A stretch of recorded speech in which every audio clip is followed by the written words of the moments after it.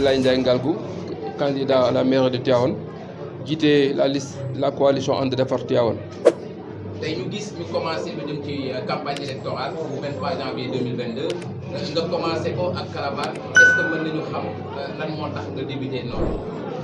waaw jërëjëf Xaasim bon li tax ñuy démarrer campagne bi ak caravane parce que ñun tey li ñu décidé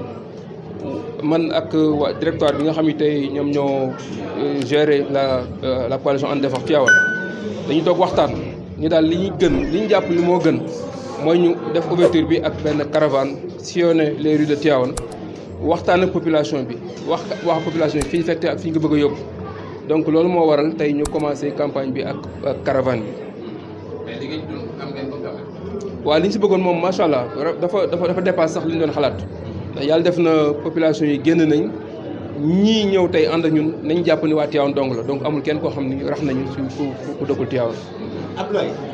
qu'est-ce qui vous a poussé à nga nekk candidat pour la mairie de Tivaouane? waaw li ñu poussé ñu nekk candidat moi je pense que loolu leer na parce que yàlla def na depuis 2017 la ñu dugg ci politique bon gis Tivaouane ni muy doxee ñu jàpp ni li fi nekk am nañ lu ko gën loolu moo waral ñu jóg taxaw di laaj dëkk bi pour au moins changement bi nga xam ne moom la nit ñi di xaar depuis très longtemps et je pense que ñun ñëpp fii doomu Tivaouane dégg ngeen ci kilifa yi ñëpp dégg ni Tivaouane gëj na am chance su maire loolu nag suñ koy wax ci dëkk boo xam ni tey dafa nekk dëkk bu yaakaar la dëkk Maam Seydi Hadji Malick Sy donc mu war a nekk dëkk boo xam ne dëkk référence la dëkk boo xam ne benn la ci Sénégal benn la ci Afrique de l'Ouest tey yàlla dimbali ñu gis ni tey sëriñ bi le khalife général des Tidianes mi ngi taxaw benn chantier bu rëy di jumaa ji muy taxawal ñu ne jumaa ji moo war a nekk jumaa ji dàq ci Afrique de l'Ouest loolu nag dafa war a ànd ak dëkk buy dox dëkk bi war a dàq ci Afrique de l'Ouest loolu moo ñu waral nag ñun tamit ñu jàpp ni suñu xalaat ak suñu gis-gis suñu vision suñu programme xalaat nañ ni mën nañ ko proposer waa Tivaouane nga xam ne li fi nekk moi je pense que li fi nekk mooy politique politicienne laa fi gis mais ñu jiital politique développement politique sociale politique nga xam ne tey moom la Sénégal la Tivaouane soxla muy un Tivaouane émergent. monsieur le maire am na loo def nga xam ni yoru amoo budget te def nga un bilan dañoo bëgg nga def si waat un peu li nga def pour Tivaouane. waaw je pense que loolu bu ñu ciy wax defe naa ne duñ fi jógee ndax jàpp naa ni bi ñu commencé taxawu Tivaouane ci politique c'est depuis 2017 ñu ñëw toog déglu askan wi dem vers ñoom yàlla dogal à chaque fois ñu ñuy wax seen ay problèmes ñun aussi li ñu yàlla wërsëgale mu néew ñu bari en tant que entrepreneur yàlla dogal kenn faluñu maire kenn nommé wuñu benn poste de responsabilité ñu ñëw ak suñu doole ak suñu yéen di ko partagé waa Tivaouane ñu gis ni depuis 4 ans ñi fii laaj dëkk bi yëpp tey ji man jàpp naa ni depuis 4 ans gis ñu fi kenn jàpp naa ni depuis 4 ans saa yu Tivaouane soxla man lañ gis bu dee si wàllu santé def naa li ñu fi andi si santé li ñu fi def bari na li may wax rek si bu gàtt loo xam ni si poste de santé Kër Massamba Sali bi yàlla def ne foofu laa juddoo bi ma ñëwee daam yi ma seet si leen ma recevoir leen ñu expliqué ma am expression de besoin dañ ma ko jox ma leen loolu du ma si yem damay sol sama dàll ñëw ba si poste de santé bi xool état bi xool nan la mel bi ma ñëwee ñu ni ma dañu am problème toilette depuis 8 ans toilette yi fi nekk si maternité bi kenn mënu ko utiliser donc jigéen ñi nekk en état yëpp jigéen ñi wérul yi fi ñëw yëpp tey ku si bëgg a dem toilette fii guddi gi ngay taxaw si lëndëm gi pour mën a sangu wala pour mën def leen loolu ma jàpp ni dëkk bi toll Tivaouane loolu jaaduwul si dëkk bi ma ñëwee li ma njëkk a def toilette yooyu nga xam dafa tëjee depuis 8 ans dama njëkk a ñëw defaraat ko réfectionné ko ba pare tabaxaat la yeneen 4 toilettes ci gannaaw beneen bi si topp aussi tamit bi nga xam ne tey je pense que Tivaouane mérité wul loolu mooy jigéen ñi nga xam ne nekk en état aussi ku si bëgg a def visite échographique il faut nga dem ba Thiès fukki bunt wala nga dem Dakar wala nga dem feneen ñu ni ma ñoom dañu am benn gynéco boo xam moo fi ñëw chaque semaine bu ñëwee bu ñu fayee 10 000 moom day jël 5 000 ñu jël 5 000 bi ma déggee loolu li ma njëkk a def mooy dem jënd appareil échographique bu bees tax may leen ko ñu leen dama leen di fayal kenn koo xam ne mu def formation yi pour que au moins dootu leen jël ci kenn ku ñëw fi dañ defal visite échographique donc loolu yàlla def nañ ko ci santé beneen bi nga xam te def nañ ko santé muy lu am solo muy ci Covid bi mu ñëwee nga xam ni poste de santé bi bokkoon na ci centre de traitement yi gën a mag yàlla dogal ñoom aussi ñun dañu am ay problème bouteille d'oxygène defe naa ni benn bouteille d'oxygène la ñu amoon benn jour li triste dafa am benn malade boo xam ne dañ demoon Thiès pour changer seen bouteille d'oxygène bi ñu toll ba lam-lam ñu woo ambulance bi ñun mi ngi toll lam-lam malheureusement avant muy egsi fekk na kooku ñàkk bakkanam bi ma déggee loolu ñu dafa am benn expression de besoin ni ma dañu soxla bouteille d'oxygène soxla ay tensiomètre soxla ay manomètre lu nekk ñu limal ma benn lañ soxla li ñu ma limal yëpp nag yàlla dimbali na ma benn bu nekk may naa leen si 10 donc bouteille d'oxygène yi aussi ma may leen si 10 bouteilles d'oxygène chargé ko 3 yi ma chargé ko jox leen leneen lii ni leen na ngeen ko utiliser pour dimbali malade yi donc je pense que yooyu c'est des points yoo xam ne yu sensible la yoo xam ne Tivaouane vraiment soxla na taxawaay boobu. Et moi la question que je me pose mooy depuis boobu ba léegi si kees yooyu ñu nekk di ko taxal ci dëkk bi bu dee si wàllu inondation bi population bi dañ naan jaxale nekk si ndox mi ñu gis ni kër xaali ñu gis ni kuli bu ndox bu taw daan am nawet am defe naa ni koñ boobu kenn dootu fa jaarati ba nawet bi jàll loolu je pense que bi ma ñëwee yàlla def na loolu maa fi dindi saa yu tawee ma yónnee ay camions 10 camions hydrocureurs ñu génn ndox mi mais man li may laajte tey mooy tey boobu ñuy def yooyu yëpp fan la maire bi nekkoon donc pendant 8 ans mënuñu concevoir di dénk dëkk benn nit jox ko dëkk bi mu war a taxaw dëkk war a dimbali askan wi mu toog ba élection yi jot ay 20 jours mu ñëw taxaw naa day def ay gazon synthétique wala ay stade loolu man pour man loolu politique politicienne la naxee boobu moo far a jógee donc ñun li ñu am mooy politique de développement jàpp nañu Tivaouane lu mu soxla mooy dëkk bu war a jëm si kanam la dëkk bu war a développé la et je pense que loolu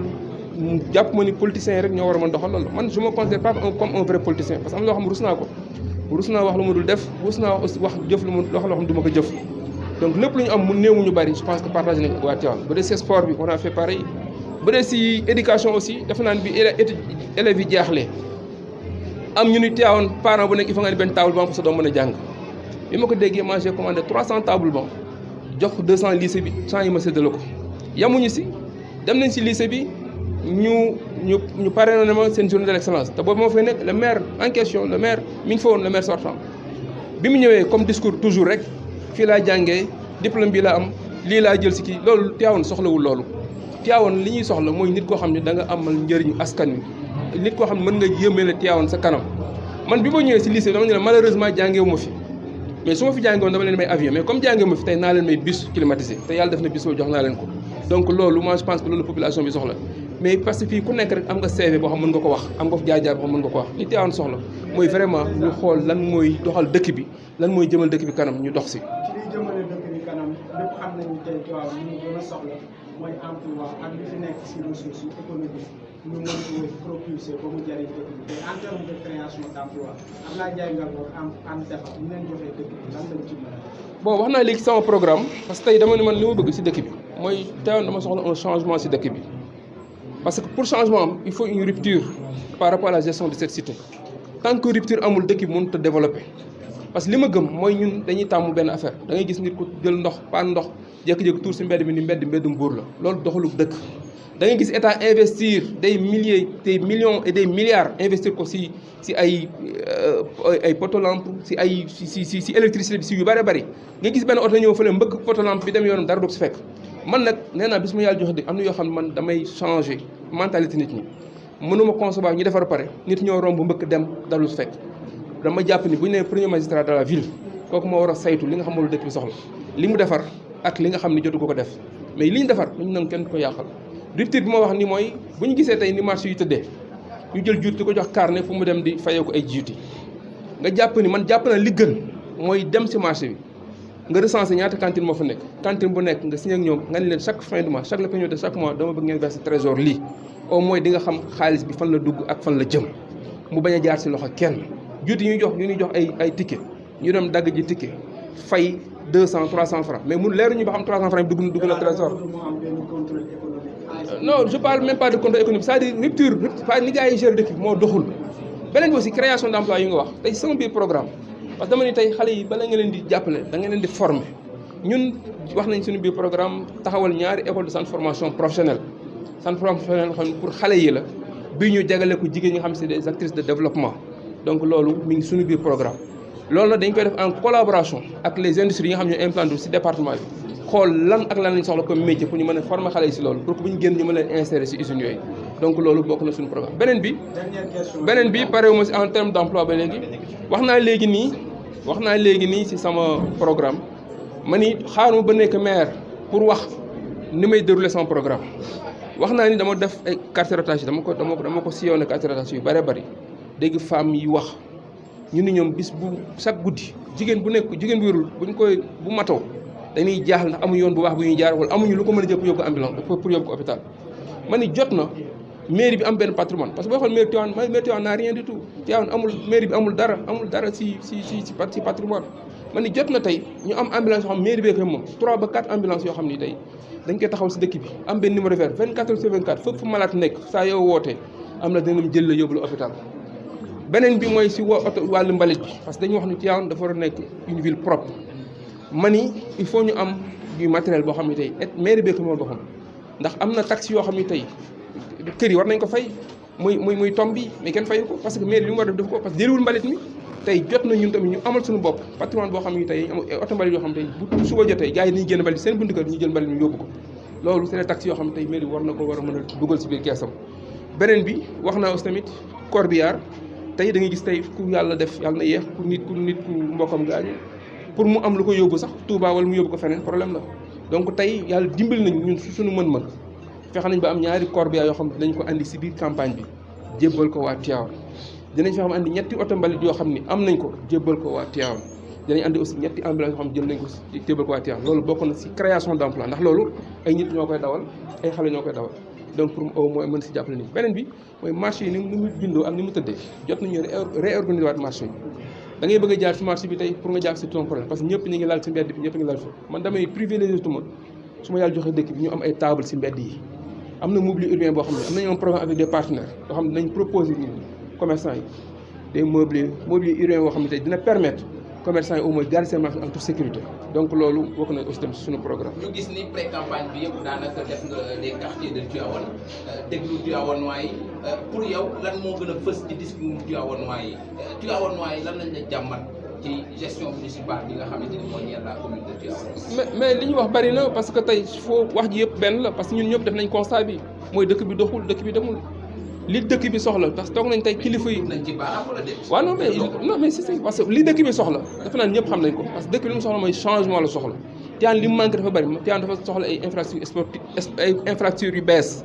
que muy nekk si sport que mu nekk si éducation que mu nekk si leneen tey dama man en tant que personne normale rek man école yi ma réfectionné fii si Tivaouane bëri na tey maa ngi dégg sa débat sama ki ma représenté Ibou Mbacké wax ni fay naa ay factures école effectivement j'ai payé des factures si ay écoles et pourtant loolu maire bi la war dafa réfectionné ay salle de classe si biir commune bi te loolu dafa naa maire la war donc man li ma bëgg rek mooy nit ñi nañuy yeewu fii ñun ñëpp ay doomu Tivaouane moo ñor Tivaouane lañu bëgg mu jëm si kanam dëkk nag mënoo ko bëgg a doxal nga jàpp ni yow ku amul ku jàngul rek mënoo ko wala ku amul xam-xam mënoo ko loolu je pense que yabaate la Moustapha Niang mi ñu ñëpp reconnaître ni moo fi def li kenn deful sëgam moom moo def loolu asuma ñi nga xam yàlla dimbali nañu ñu jàng xam la dëkk bi laaj xam aussi tamit lan la dëkk bi soxla ñu dem di koy jëli di ko andi moi je pense que loolu mooy affaire 8 ans nag dafa doy 8 ans si bilan ñu xaar gisuñu bilan dafa doy nag ñu andi keneen mu changé dëkk bi lii dëkk bi xaar mu andi ko. au soir du 23 janvier bu ñu la falee lan mooy doon jubluwaayu Ablaye Ndiaye Ngalgou bu njëkk ban priorité nga gis ni fal nañu Ablaye Ndiaye Ngalgou le 23 janvier 2022 comme maire de la commune de Tivaouane lan mooy doon ses priorités bi nga xamante ni da koy njëkk a saafara. moi je pense que lii priorité bi pour man mooy déjà côté assainissement bi il faut ñu régler ko.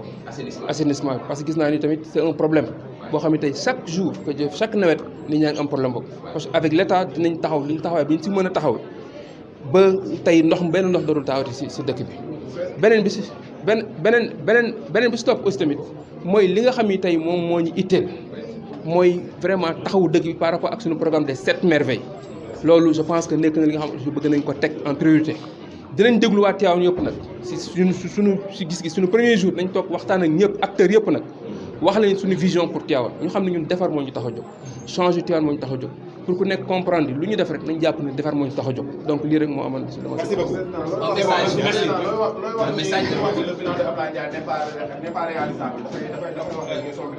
waaw mais loolu je pense que ñi koy wax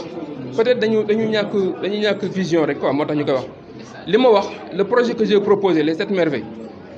waxuma la c'est réalisable mais dafa réaliste ba pare réalisable boole si parce que tey jii yàlla def na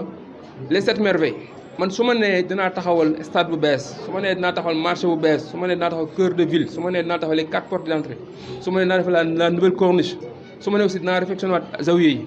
loolu bi ma koy wax dama ñu ànd ak ay techniciens et architectes ànd ak ñoom fii ñëw Tivaouane fay leen xaalis ñu defal ma proposition ñu defal ma étude tegal ma donc loolu su ma ko dul woon def defe naa li ma si ñàkk si ay millions du ma ko si def donc nañ jàpp ni du ma wax pour le moment fan laay koy tax ak fan laa mais dama bëgg ñu xam lu leer c'est des projets yoo xam ni tey suñu yàlla jox bi su ma ko réalisé su ma yaa joxoon dëkk ma jot mandat 5 ans su ma réalisé dëkk loolu projet yi bu ma waa Tivaouane Falate loolu mooy li nga xam moom laa mën a wax. Merci beaucoup.